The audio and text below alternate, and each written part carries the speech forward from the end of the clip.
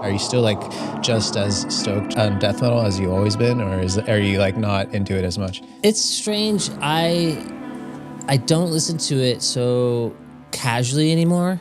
I still make it and write it, but it's like I'm kind of stuck in my like early 2000s era. Like to me, that was my golden era of like just the production and the writing. I feel like everything's gotten so clean and like maybe not too techy, but just like it's just so precise, you know. And I don't know. So it's You mean like the metal stuff? yeah. Yeah. So I think for fun, I'll listen to a lot of newer black metal stuff, but a lot of like the super tech death stuff, it's kind of It's too perfect. It's too perfect. It's a little tricky for me. It feels, you know, I don't know. Soulless is an easy thing to say about something, but it doesn't have like, you know, the first few Origin albums for me. Dude, I was just thinking about those albums because like they have they're technical and fucking insanely precise, but it's just like live. It sounds fucking raw, and there's no sound replacement. I mean, maybe I can't remember if There's there is or not. probably a kick trigger. Yeah, but that's fine. But it's like I think people don't understand. A lot of people still don't understand what a trigger, like the trigger thing, because when you get that fucking fast, like a normal kick drum, you're not going to be able to hear like the definition of each note if you're doing like fucking 16 note triplets or whatever. Kick trigger is fine, but like I remember a dude like those first fucking Origin albums. It was like John Longstreth. Okay, it's like insanely fucking precise, but all those albums sound beautiful and raw. So yeah, and the vocals are fucking just like pissed sounding. yeah, There is this new Pissgrave. Have you heard them? Mm-mm. They just came out with a record. It sounds fucking.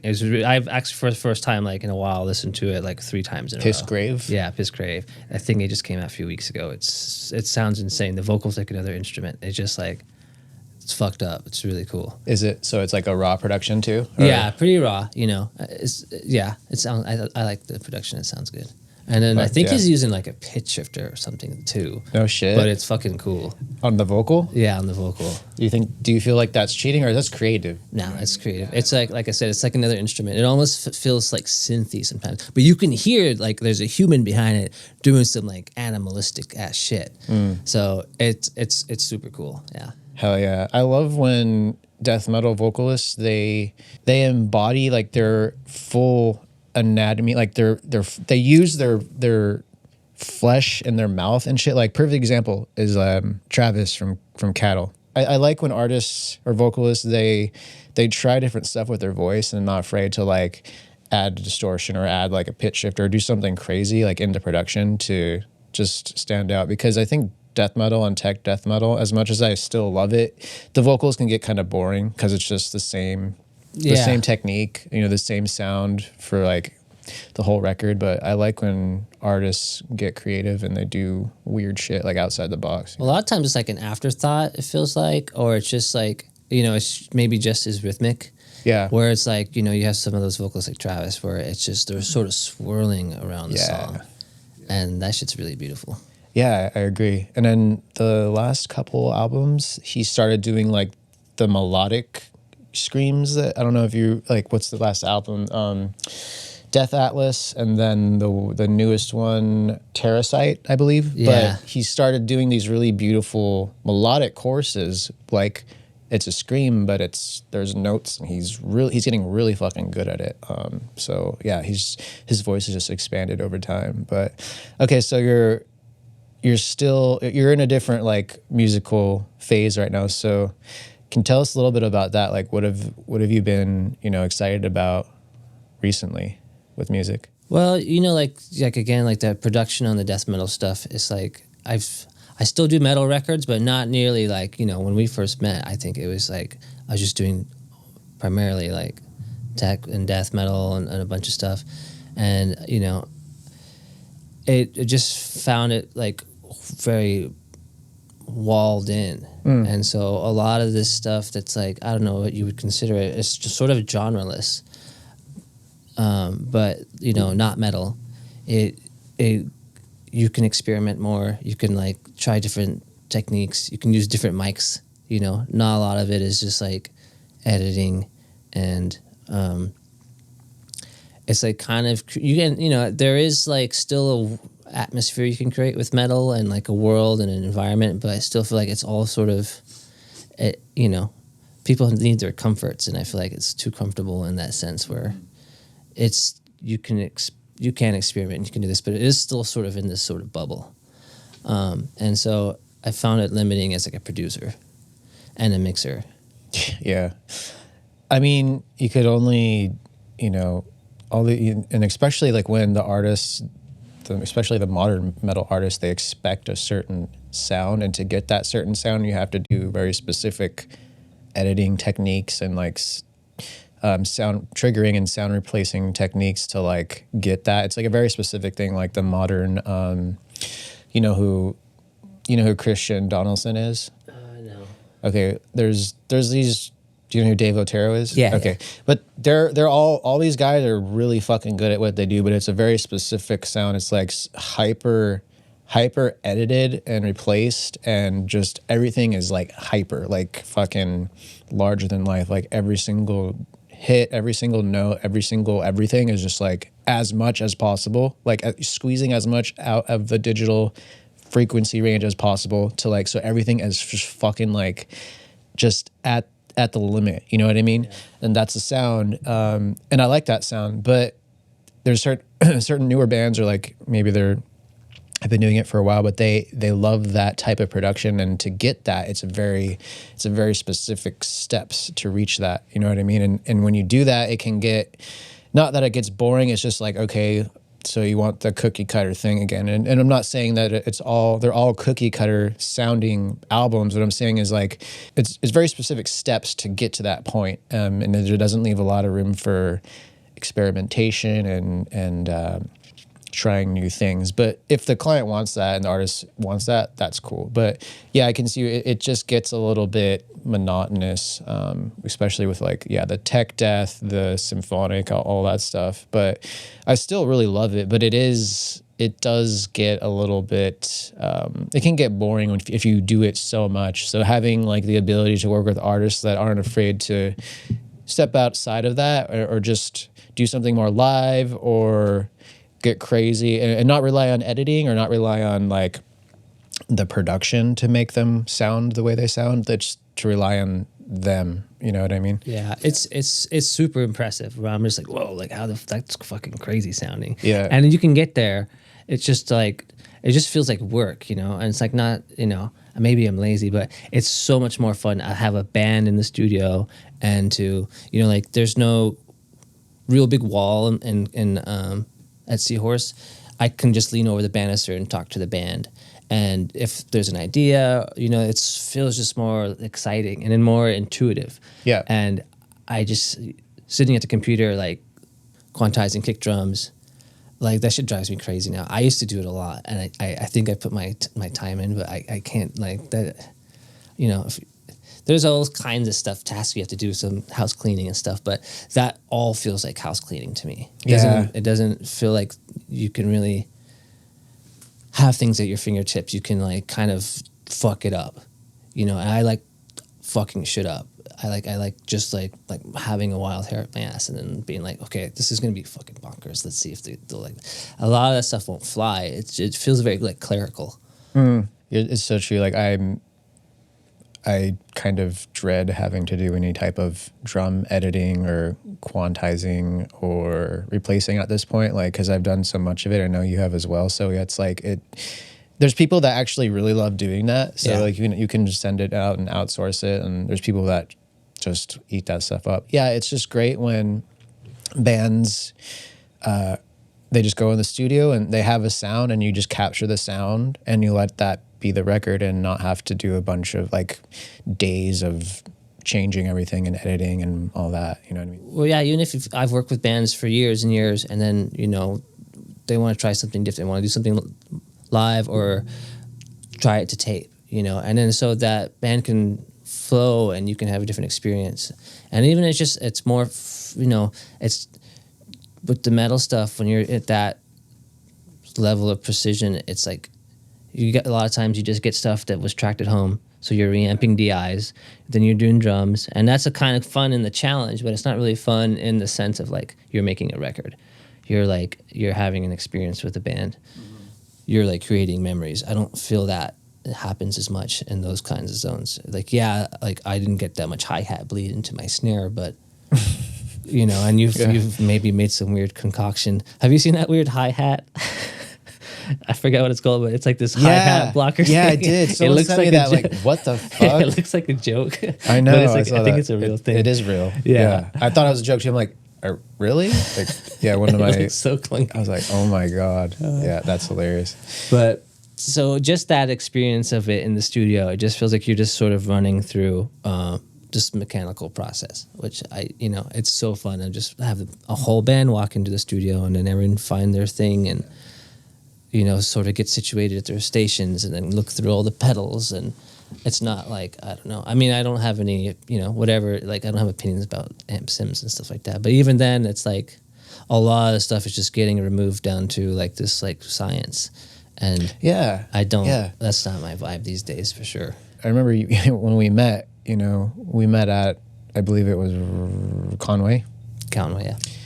So it's like we've had all these different chapters in our career, and it's like you see how bands really make a record, then we've seen from the extreme ends of it. You know what I mean? Like this is a true artist. There's no editing. This is pure captured brilliance in the studio, and then everything from that to like every single step of the process is like controlled and quantized and edited, and the artist isn't really able to reproduce it live. So we've been in all these situations with different types of processes in the studio. But yeah, it's just always, it's nice to come back full circle, I think, coming back to, okay, now I'm able to work with artists in my own studio, like your studio, Seahorse Sound. You can be more selective about the artists you want to work with. And then it allows you to be, your full creative self in the studio. And just like you said, you like to fuck shit up. So I mean, I totally resonate with that, man. Like, so tell us about the state of Seahorse right now. Like, it'll be 21 years in June, which is at the downtown LA location. Just for me having Seahorse, I think downtown I've been there for about 16 years now. Okay, wow, yeah. That's a long time. Yeah, hell yeah. Are you loving it still? Like, I'm sure it's gone through all kinds of different transformations in there, but how are you feeling about it now? Especially after like the pandemic and stuff. Yeah, I mean, definitely it's changed a lot. It's more and more remote, a lot of mixing. So I feel like mixing definitely keeps the studio afloat. I'll do like film shoots. They'll pay more in a day than I'll make working 3 months on a record. Wow. So there's those little things like that. And then even navigating like social media, like I can't stand it. I'm not good at it. I don't like doing it, And so that is the only really form of advertising that I think that's like works these days. So it's still like word of mouth, but it's, things kind of come in waves, and sometimes you outgrow your clients or they outgrow you, or, everyone's recording at home themselves, So I'll mix or I'll help people set up their own studio, and then I won't see them again for a while. And I think kids don't even miss the nostalgia of being in a big studio and playing live because they've never actually experienced it. Exactly. It's actually weird for them. That this is so weird. I'd rather be in my bedroom sending emailing tracks. Mm-hmm. So there's that, but and it's like I feel like I've pivoted so much that I've like just been going in circles. Like you keep pivoting and you're like, but you have to die and reincarnate yourself. I think we wouldn't be here still if we didn't die a million times. Totally, yeah. In a lot of ways. So last year was 20 years, and so I was like, I'm going to treat it as my first year, not try not to be jaded or too tired. And you have to really love it. I don't know that it makes too much sense to keep it at the level it is for how much longer. It's like 8,000 square feet in there. There's so much gear, and I like seems more fun. Like it's a little bit simpler. I'd like to move it to a residential studio. Like that would be like sort of my 10-year plan, is to just move it by the river and have a place where people can go out and get out of the city. That's a great idea. Yeah, I mean, has it become a bit like overwhelming for you, like because you've accumulated so much gear over the years and like just having a larger space? Like, has it become overwhelming, or are you just re-envisioning it, like you said, in a different location, or how does that feel right now? It's pretty, you know, and I have like crazy OCD. Like I have like a photographic memory of where everything is. So if I'm like walking past something and I'm like, oh, the DOD death metal distortion is like missing. Where is it? You know, like I'll just, you know. So there's that times like a million, and it is stressful. I've been trying to sort of downsize a bit, but you know that's hard. You know, try not to be a hoarder, because each thing, you know, when I was collecting everything, or it's like that, even if you use it once on a record and it makes a memory, like it becomes very special, you know? Yeah, absolutely. Yeah, it's hard to let things go when you've used it and it's been captured. Like I can let things go if like, I only sell stuff if I never use it. Yeah. And if I don't care to use it, or, you know. So have you purchased like gear, or have you got things that you thought you would use and you just never use it for years? It kind of comes in waves. Sometimes I'll just kind of trip out on pedals, and then synths, but and then I'll just be like, no more synths, no more pedals. But they're making so many cool pedals now, and synths too. It's tricky for me because outside clients will come in. You know, it's still open to the public, so other engineers, bands come in. So even if I'm not using it or I don't particularly have, you know, it's there for someone else to spark joy. So that's what I tell myself. I don't know. Yeah. But it's hard. I think the modern studio is also not the kind of studios we like reveled in as kids or whatever. Like they're not packed to the wall with gear now. I think a lot of people like sort of these minimal spaces. Yeah. I think you need just like some LED lights and and kids are happy.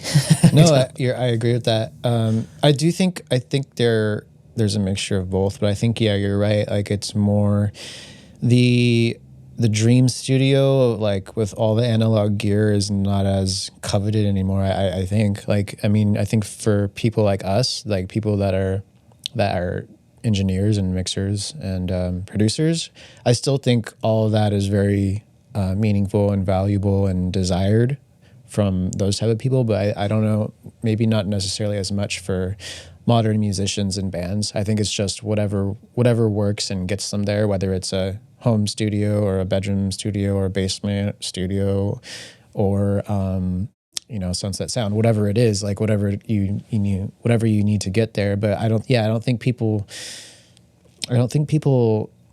care as much about that epic studio experience for their record, and it's sucks to say that, but I get that feeling, you know, because it's hard to book out. Like every time, you know, I'm offering when I get hit up to make records, it's like, don't you want to, like, we can go to Sunset Sound, you know what I mean, to make your record, or we could go to Seahorse Sound, or we could go to Dave's Room. Like there's all these spots in LA still that are fucking amazing, you know what I mean? But it's just, it feels hard to, like, it's hard to get people to like want to spend that extra, you know, just to invest more in a better experience. You know what I mean? How do you feel about that? You know, do you notice that at all on your end? Yeah, for sure. Yeah. You know, I mean, I'm lucky that, you know, like Kate LeBon's one of the artists I work with for, I mean, at least over 10 years now.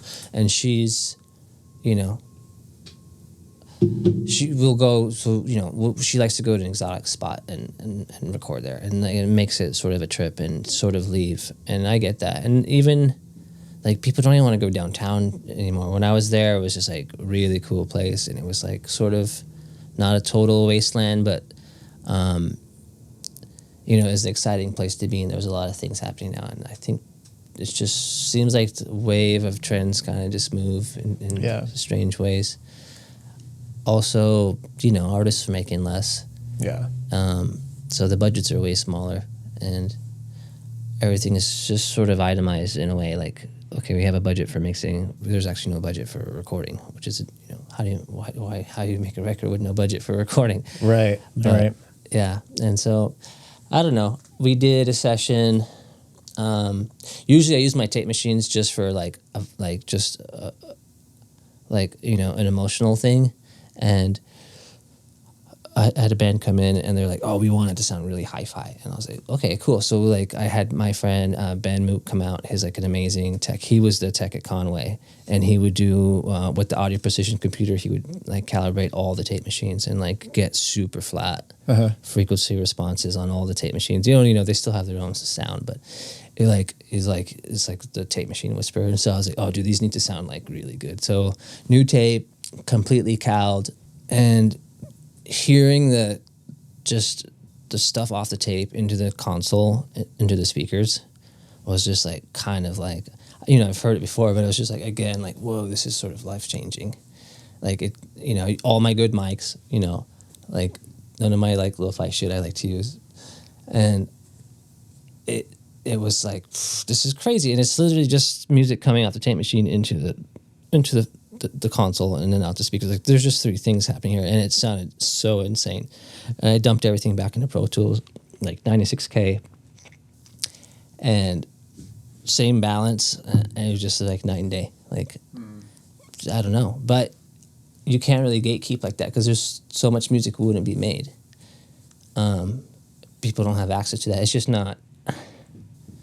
Sadly, it's not like feasible. You know, most people are working remotely. I wouldn't. You know, no one can really listen to music like that. But there's a huge difference. So there is a compromise for sure. But what the other compromise would be that, you know, some pissed off kid wouldn't make a punk record. Yeah.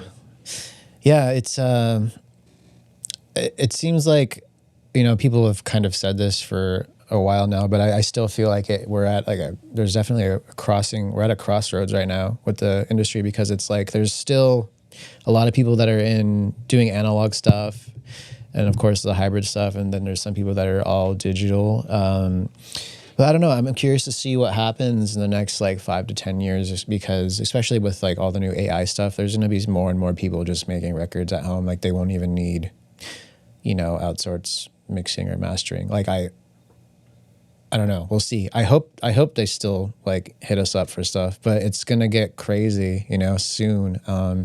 And there's already like AI plugins that are coming out. It's just getting easier and easier for people at home to, like, with very little experience, maybe you can go on YouTube, and especially for artists and musicians that are they're already very like technically savvy, and they also have a very good ear and they have a very good feel. I've found that it's easier for them it's less of a learning curve for those type of people, because they can just get into like a DAW and then just write. And I've gotten tracks from people that have like never studied audio engineering, and, you know, they just learn it by themselves. And I've gotten tracks from them just like sent to me, and I'm like, this sounds amazing. Yeah. You know what I mean? And I'm like, fuck. I mean, it's kind of scary, but at the same time, it's like we just have to adapt and with the times. And like you said, we have to pivot. But hopefully, we'll still be able to, you know, get hit up to make records and to keep doing what we've always done. You know, and I guess I don't know, but how do you feel about like the newer technology and like AI and music and all that? Yeah.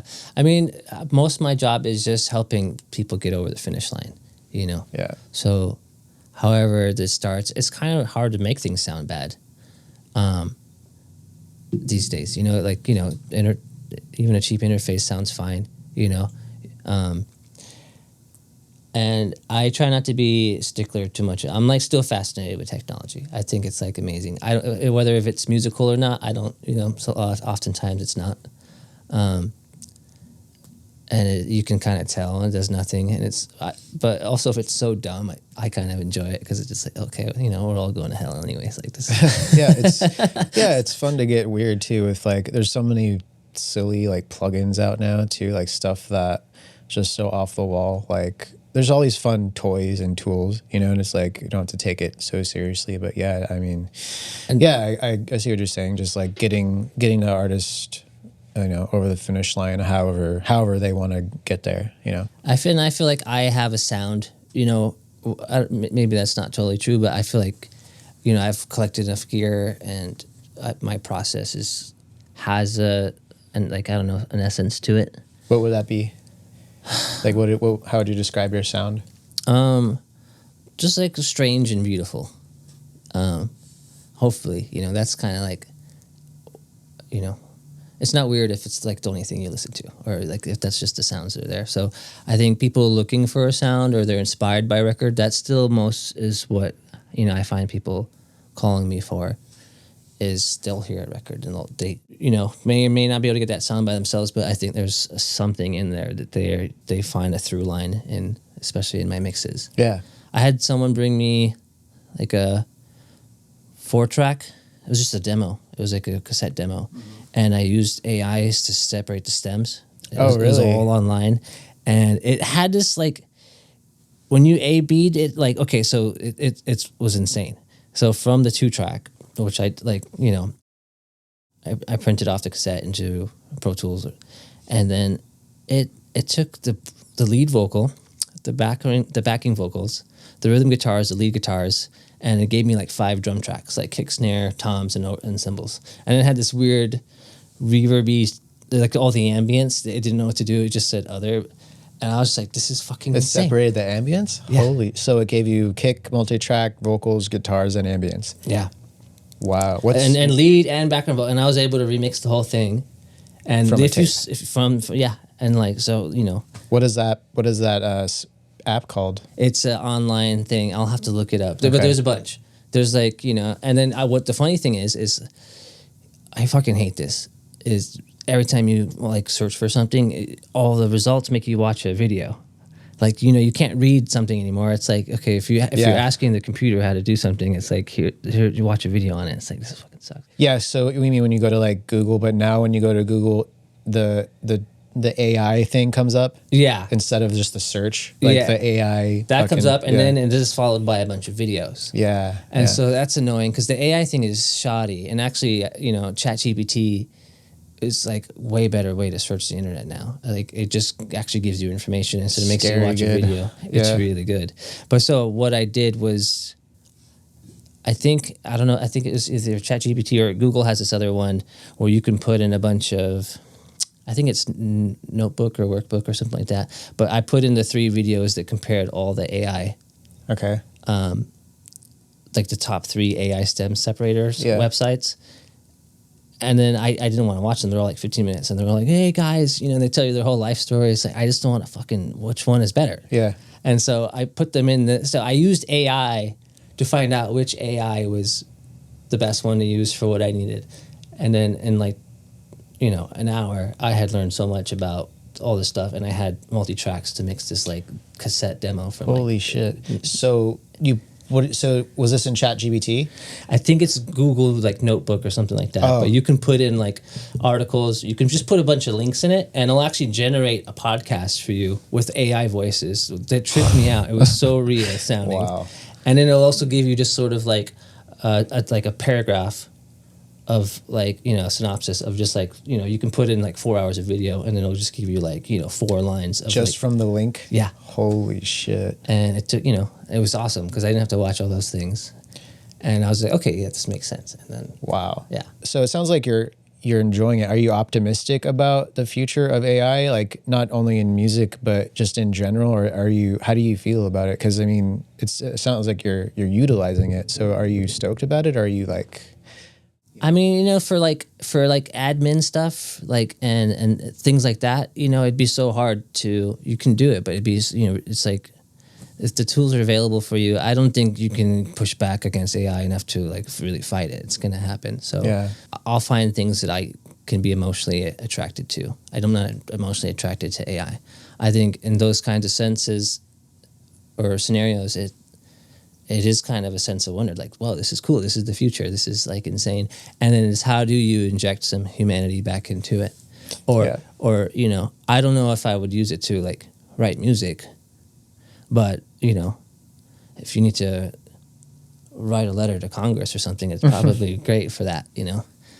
With the musical tools, yeah, I mean, you know, in that kind of sense, you know, this person maybe didn't release this song because they just hated the mix, or they couldn't hear the vocals, or it was a live to 2-track. It was some kind of bootleg or something, you know, something they did in their garage. And now the song can like see the light of day. So in those senses, it's like, it's pretty beautiful. Yeah, I agree. I just see it as just a modern tool, and if you can use it to save yourself time, perfect, you know. And I really I've been enjoying using ChatGPT. Like, it's super convenient, and yeah, it saves a lot of time. So I'm kind of like, at first I was a little freaked out by it, but now that I'm seeing it more being used practically, I'm like, okay, that makes sense. But yeah, like the whole let's use it to generate a song. just and use that and upload that. Like I don't agree with that, but yeah, it's pretty fascinating. There's this plugin that I demoed. I think I'm gonna buy it. I think Slate made it, but he's using it as a different company. It's called like SSG Audio, but it's called Optimus. It's a mastering plugin, and it's kind of like the FGX, the Slate FGX, but what it does is like it scans the whole song, and then it creates like an AI curve from your mix, and then you can there's a mix knob on the AI, so you could use, and there's different presets. So it'll be like here are the AI suggestions for the EQ curve of this mix. And you can use 100% of it or 5, like, and you can blend in the AI. So I gave it a shot, and it was actually really fucking cool. Like, so what is the AI doing? Is it sort of just trying to? It's like it scans your mix. It's okay. So it creates like flavors. So you can have like, they'll give you 3 different suggestions for your EQ curve, and then you could select which one you like best, and then blend in how much you want of it. Yeah. So it's just kind of, I guess, like it's like a more refined like preset, but for your exact mix. And I gave it a shot, and I was like, this is actually pretty cool because you can just use a little bit of it. Yeah. You know?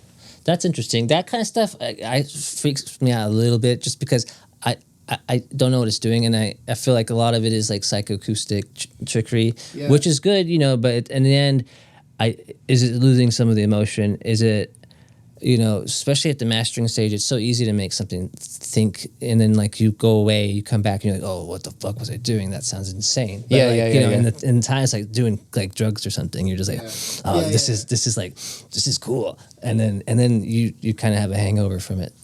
Yeah, I see what you're saying. Yeah, it's just like what's cool about it is like you don't even have to use the AI part of it. It's just like a mastering limiter clipper thing. Okay. Yeah, but it has that option on there. So if you want to try it, you can try it and use it, and then you could just bypass it. But then it sounds good by itself too. And then if you just need a little bit of help or something. Yeah, it's just like here, and it's basically just like a more refined, like here's some presets, but from the curve of your mix, here are some generated AI suggested presets, basically, and it's pretty cool. I guess that's cool too if for whatever reason you're lacking inspiration and you want to hear sort of, it's like putting a different gel on a light, you know? Yeah, exactly. Maybe just, okay, how does this room look, or this mix sound, sort of that way. Yeah.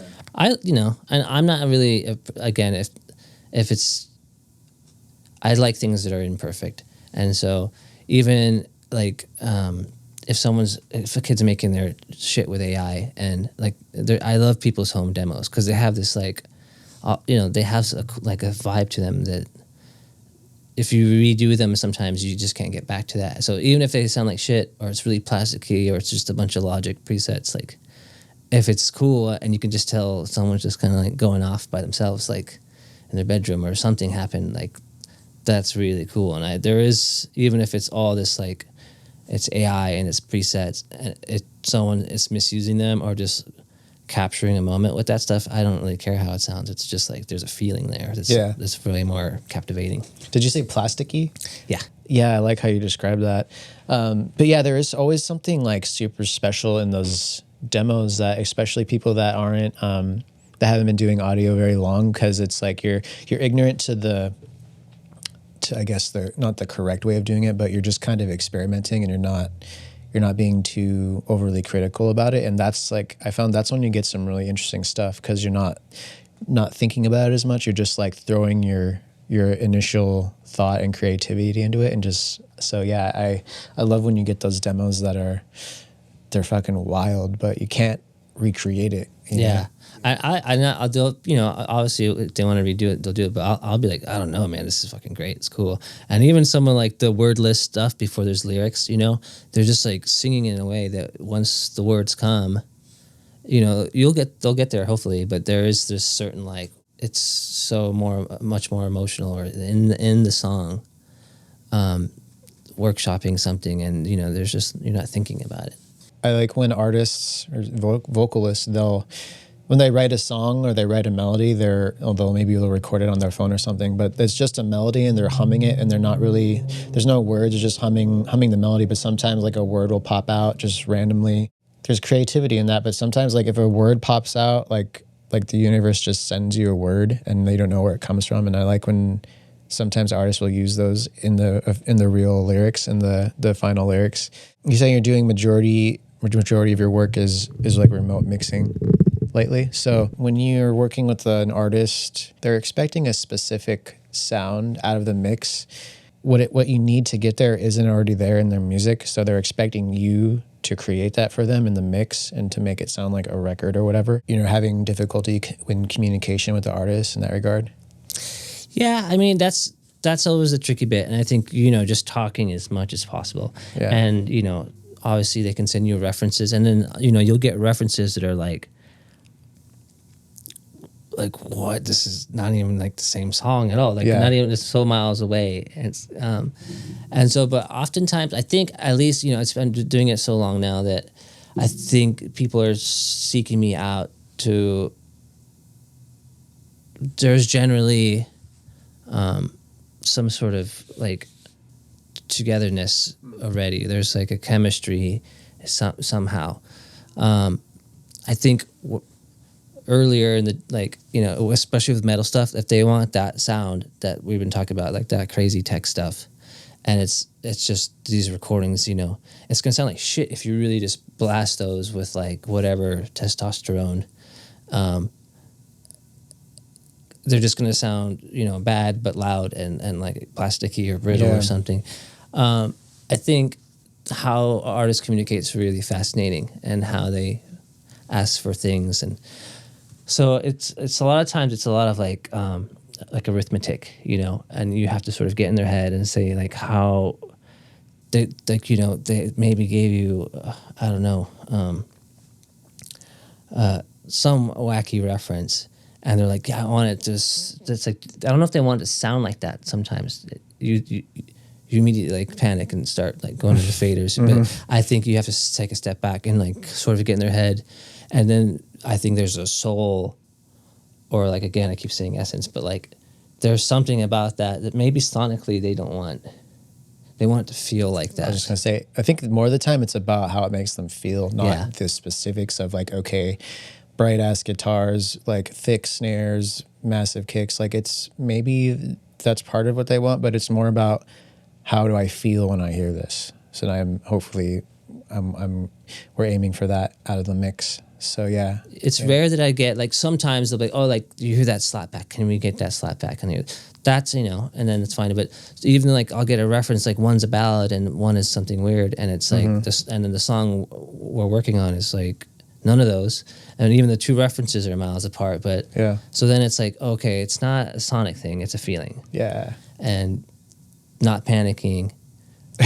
Step one. And then number two is just, and then always going, just sort of really communicating as much as you can. It's tricky to like, it depends on who you're working with. Some people really like to hear a bunch of revisions. Some people, like, if you send them to and they're not close, they're just like, they can't be bothered like hearing it. They kind of want it to be done. Some people really like to hear works in progress. So I always just really like, I'll mix, and I won't send a mix the same day I do it, because even for myself, you need to sleep on it. Yeah, for sure. Or I'll go away and I'll listen to it on something else and then wait. But even if it's exciting, I'm pumped. I'm just like, I'm fucking not gonna send this till tomorrow. Yeah, and sometimes it takes discipline to do that, because you're like excited and you feel like you nailed it, and you want them to hear it, and you want to get feedback like as soon as you can. But yeah, it takes like, I've found that it took me some years to like be disciplined enough to be like, no, just sleep on it and then send it. It's like an ego thing too. Yeah, and also even if they're on your ass about it, they're excited or there's a deadline, it's way better to just wait and make sure it's fine, because even if it's perfect and there's one little thing off, it's gonna cause problems, Yeah, the mix is always, it can give you the most problems if it's not right, because it's like, the recording is obviously super important, but I found the most difficulty with projects, it's always in the mix phase, because they're like, no, well, it could be better, or I'm not hearing it. Yeah, and that like what you said too about don't panic, because say you have an idea of how you want to mix this, but then they send you to completely different references, and then you're like, oh shit, now I don't know how to approach this because what I was hearing is completely different. So yeah, you communicate, and I think too, after a certain amount of years of doing it, like you're gonna mix it how you're gonna mix it, and the artists come to you for that, right? Yeah. So, and you know, if they've been working on, like if they have a really good rough mix and they've been listening to that, there's oftentimes there's no point in redoing it. You know, they're gonna hate it. right. And then if it's just, you can just again take them over the finish line, you know, give it a little bit more, just like some more soul or something that you can, you know, oftentimes it's that you're not maybe even doing much. Maybe you I'm just making sure it's, you know, it's fine. Maybe there's some stuff that you can replace, but people get so used to things. I used to just even if I got like their session, I'd start from scratch, and like that's just a recipe for disaster. I know.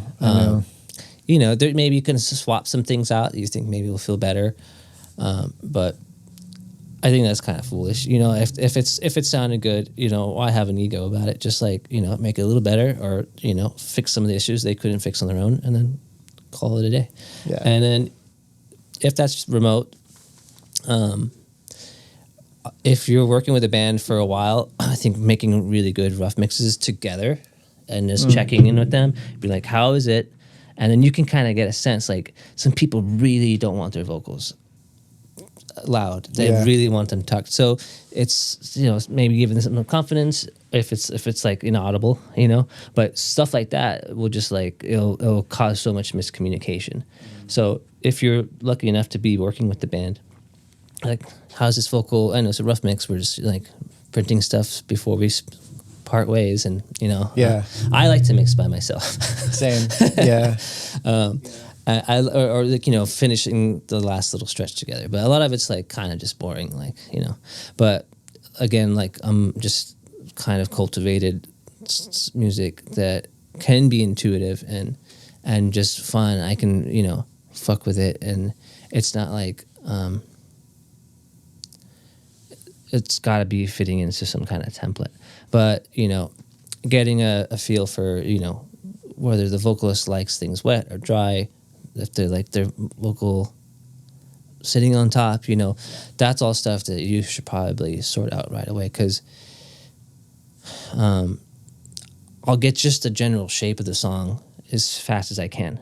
And then from there, refine. But it's like fast, you know, it's silly, but like, the faster you're just like dancing and like you're not even thinking, like the better. Like you can't just start EQing and soloing stuff right away. You just got to get to a point where like, oh, this is fucking cool. This is exciting.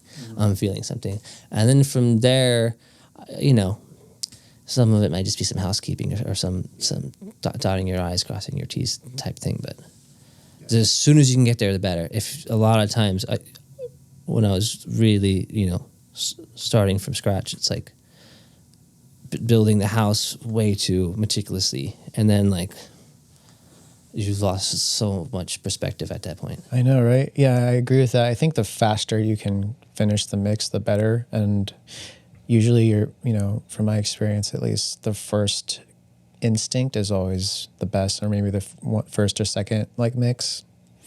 Because like when you start to do multiple revisions, and then you're just second guessing, or sometimes, you know, there's artists that they want to keep tweaking, and then ultimately you go back to like the first or second mix. So are you still in touch with any of the old death metal bands we used to work with like back in the day? Because I remember there was like when we worked on the Reciprocal record, and then I remember we were at the same time doing like some of the archaic stuff. Remember from back in the San Bernardino days? Yeah, I mean, you know, it's like that was like 20, I mean, not 20 years ago, but you know. About almost. Yeah, getting up there. And so, you know, a lot of people just have kids, move on. And, you know, I think metal is sort of a kid's game, you know. I hate to say it, but you know, there you have some lifers in there. And, you know, I consider me a lifer, but at the same time, you're a lifer. Like,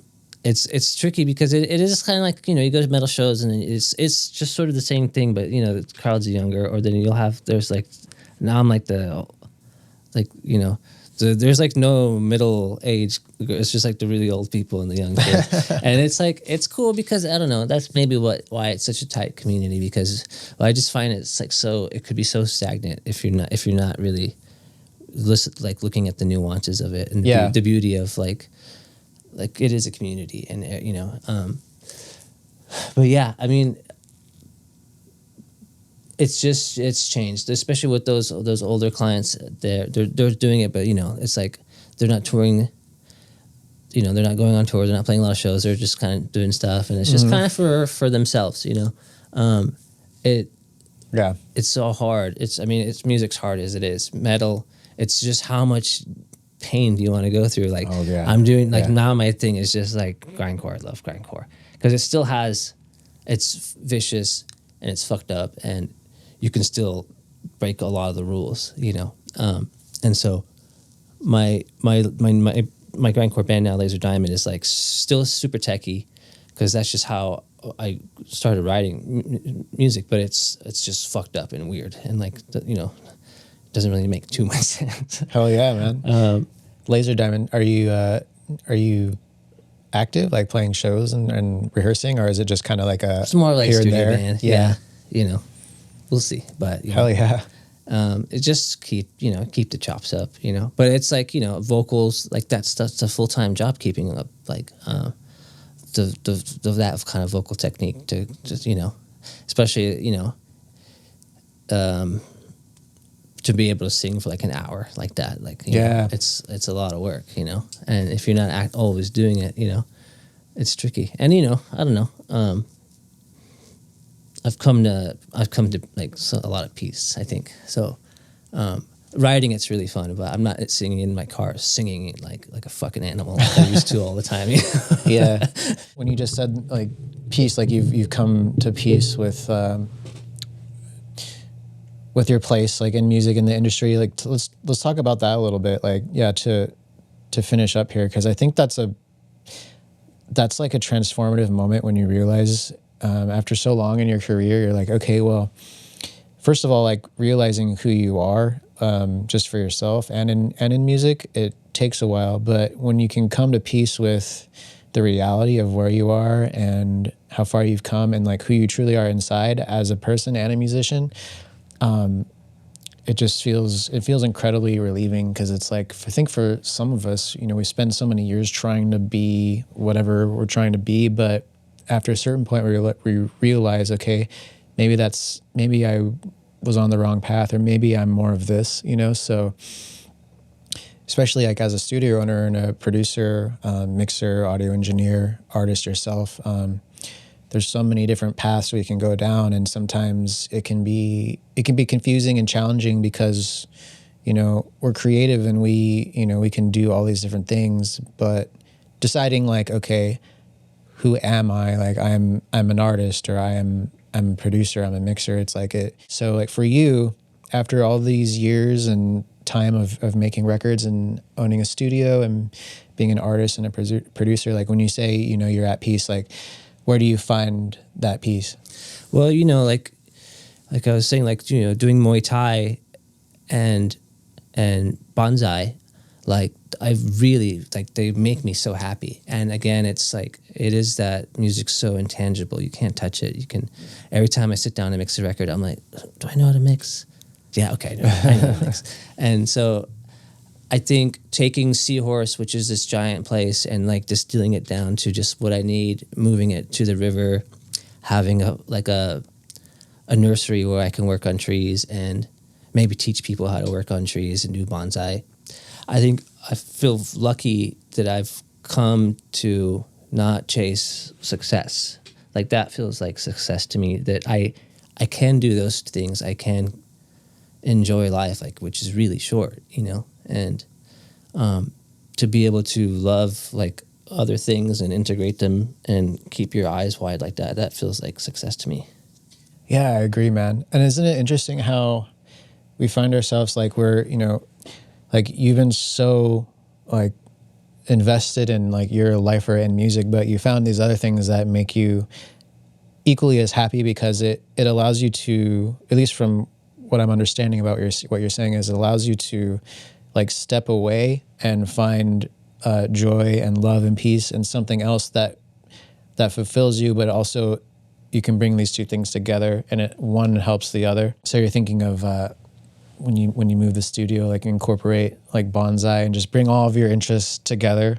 Is that what you're saying? Yeah, it sounds like a dream. Thank you so much for coming by. It's been a while, dude. Like, I think the last time you were here was at least 10 years ago when we were working on that super avant-garde record, Blackberry Tongues. Oh, that was crazy. That's funny. Yeah.